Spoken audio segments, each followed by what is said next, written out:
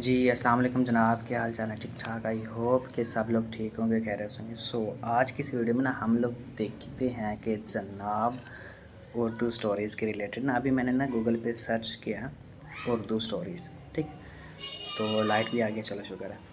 اس میں جناب یہ آیا ہے کہ بھائی انہوں نے بتایا اے آئی والا ماڈل میں نے دیکھا، ٹھیک ہے۔ اب اے آئی سے ہم چیزیں دیکھ رہے ہیں تو اے آئی اس میں بتا رہا ہے کہ بھائی یہاں پہ کیا کر سکتے ہیں، بچوں، بڑوں اور پر عمر کے قاریوں کے لیے اردو کہانیوں کے بہترین آن لائن ذرائع دیے گئے ہیں، ٹھیک ہے۔ اب اس میں جناب پھر اے آئی بتا رہا ہے کہ بچوں کے لیے کہانیاں، تو اس میں کون سی کہانی ہے؟ یوٹیوب چینلز جس میں بچوں کے لیے دلچسپ اخلاقی اور پریوں کی کہانیوں کی کئی یوٹیوب چینلز موجود ہیں جہاں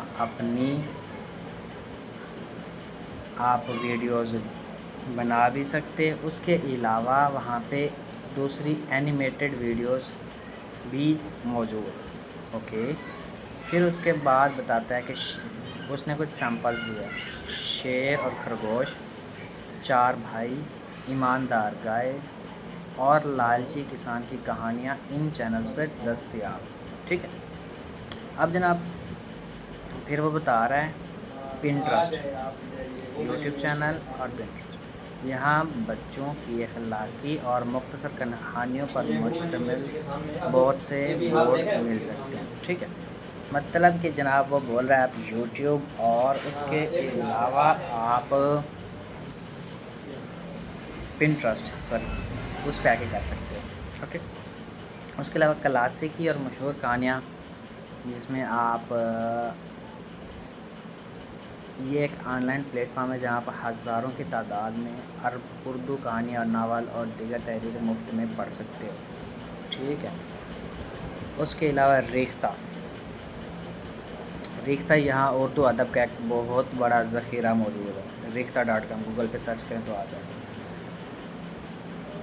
جس میں بہت سے معروف ادیبوں کی لکھی گئی تحریر مختصر کہانیوں کی شکل میں اویلیبل ہے۔ اچھا، اس کے علاوہ جناب پھر آتی ہے ریڈٹ بہت بڑا پلیٹ فارم ہے، سٹوریز کے لحاظ سے، نیوز کے لحاظ سے اور اتھینٹک ہے، یہاں پہ چیزیں آپ کو مل جاتی ہیں۔ پاکستان سے متعلقہ سب ریڈٹ میں اردو ادب کے مشہور اور قابل مطالعہ رواں اور کتابوں کی فہرست موجود، ٹھیک ہے۔ اس کے علاوہ کچھ مشہور مصنفین جس میں منٹو، اشفاق احمد بیدی اور ممتاز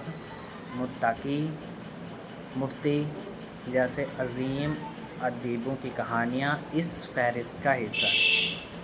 اب معروف مصنفین جس میں سعادت حسن منٹو، قرۃ العین حیدر، انتظار حسین اور اشفاق احمد اردو کے چند بہت ہی معروف مصنفین جن کی کہانیاں دنیا بھر میں پڑھی جاتی ہیں، کچھ تو جناب کورسز کے اندر بھی اویلیبل ہیں، اوکے۔ اب آن لائن پڑھنے کے لیے جناب آپ کو ریختہ.com پہ جانا پڑے گا، اپنا org.com پہ جانا پڑے گا، سکرپٹ پہ جانا پڑے گا اور NYU new York university, okay.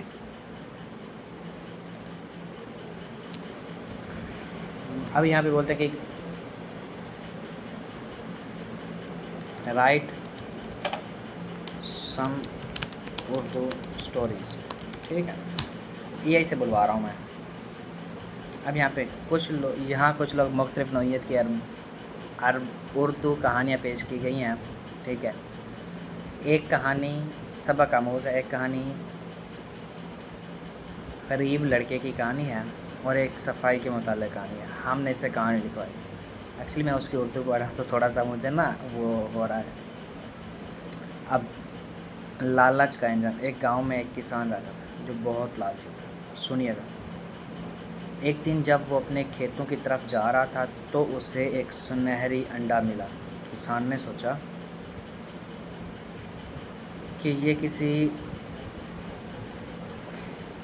مرغی کا انڈا ہوگا، لیکن